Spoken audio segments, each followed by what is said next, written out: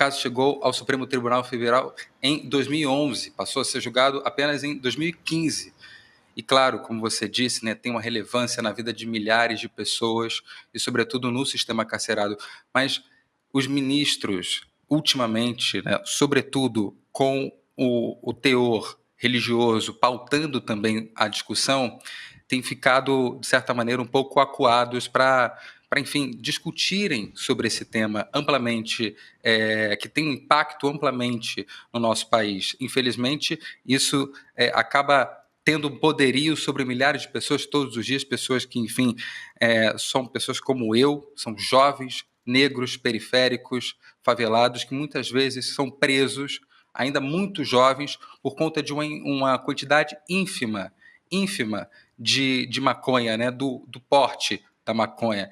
A gente precisa olhar também para as evidências, porque a grande questão é justamente sair da seara religiosa. É claro que temos várias frentes a serem colocadas, né, vários prismas para serem analisados, mas, sobretudo, esse é um debate, para quem está nos assistindo, a discussão sobre maconha, sobre a descriminalização, é um debate de saúde pública. E por que eu falo isso? Porque é preciso a gente olhar as evidências do que foi feito nos países afora, a parte do Brasil.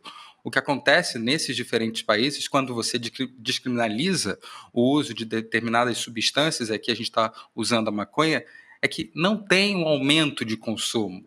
Pelo contrário, há uma diminuição, inclusive. O que aumenta com esse exagero proposto pelo Congresso, de certa maneira, infelizmente, é o encarceramento de pessoas como eu. Então, esse debate ele tem que vir anterior a qualquer dogma, ou qualquer, de certa maneira, teor que possa inviabilizar a discussão real sobre isso. Porque a gente está falando de saúde pública, a gente está falando de aumento carcerário de pessoas que poderiam estar aqui trabalhando, tendo as suas vidas e, infelizmente, são cerceadas porque foram pegas com a quantidade muito ínfima de maconha. E quando a gente vai ver, né, as análises, as pesquisas, os números dos países que fizeram, de certa maneira, esse modelo, né, fizeram um pacto, de certa maneira, para construir um novo caminho para a discussão das drogas, porque senão a gente vai cair sempre na esparrela, Vivi, de falar sobre a guerra, né? Por que acontece uma operação numa favela do Rio de Janeiro, por exemplo, de onde eu falo nesse momento? Ou por que acontece no Amazonas, onde a gente tem a maior concentração de favelas no país? Porque a gente está guerreando contra quem? A gente está realmente encarando, levando esse debate a sério, está entendendo realmente a importância dele? Porque senão, de certa maneira, a gente acaba inviabilizando até a construção de um projeto de país que realmente quer ser desenvolvido, quer estar. A gente tem falado muito nos últimos tempos, né, sobretudo aí no último ano, nos últimos 12 meses, de certa maneira, o lugar do Brasil no mundo. Se esse país quer estar do lado de países tão bem desenvolvidos, que pensam e pautam segurança pública, pautam também saúde pública, a gente tem que entender e realmente ver com muita seriedade, encarar com muita seriedade, questões muito sérias. E eliminando qualquer tipo de teor, qualquer tipo de filtro. Porque aqui eu quero sempre pontuar, a gente está falando de pessoas. Quando eu falo, né, me cito como exemplo, é porque, de fato, eu tenho 25 anos, sou um jovem negro do Rio de Janeiro, que até pouco tempo morava na favela da Rocinha e convivi e vi muitas pessoas da minha idade que estudaram comigo, que cresceram comigo, sendo presas, ou quando não, infelizmente, sendo mortas. Esse debate ele inviabiliza a minha vida, por exemplo, e a de tantos outros jovens que estão espalhados pelo país. E aí, se eu puder só dar um adendo para você ver como é que esse debate ele atravessa a vida de milhares de pessoas e, de certa maneira, atravessou a minha. Pois bem, a gente sempre olha essa questão, esse debate, esse tema, por religião, por partido político. Mas vamos lá. É claro que a gente está falando de um outro cenário, é um outro contexto, mas para a gente entender o peso de como isso afeta a cabeça de milhares de pessoas. Infelizmente, em 2022, eu tive um problema de saúde e me foi receitado pelos médicos fazer o uso medicinal. Eu vou assumir para vocês e aqui para os nossos internautas, eu não o fiz.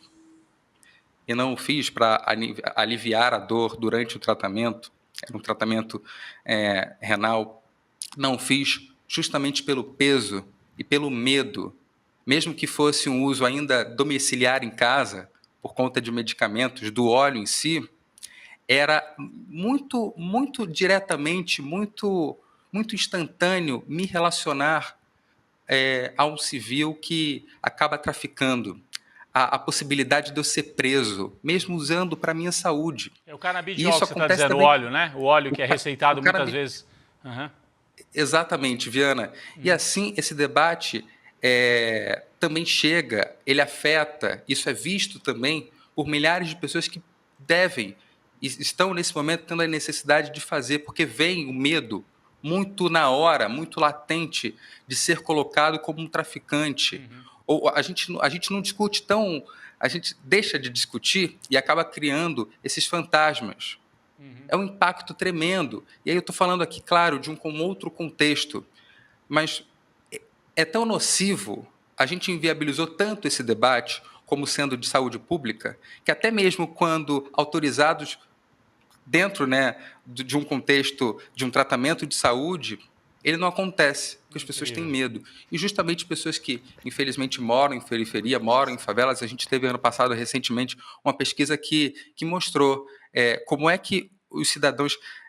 A pesquisa aferiu, né, moradores do Complexo do Alemão, no Complexo da Maré e também de Manguinhos. E a pesquisa atribuiu ali diversos quantitativos de pessoas que moravam nas favelas, precisavam fazer o uso, por exemplo, do óleo, do canabidiol, e não faziam pelo receio, pelo medo, pela construção do que foi feita, né, dessa dita narrativa de guerra às drogas, né, dessa violência, essa criminalização do território também.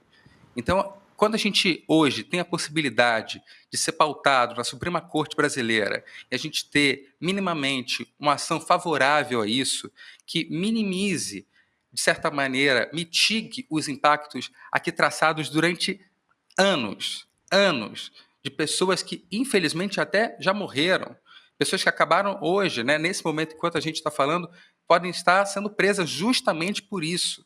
E sabe-se lá quando. Né? Porque aí a gente entrega, por exemplo, jovens como eu, da minha idade, no sistema carcerário. A gente inviabiliza possibilidades. A gente acaba, né, infelizmente, mostrando só um caminho. E aquele que se diz o país do futuro acaba enterrando as suas Edu, possibilidades.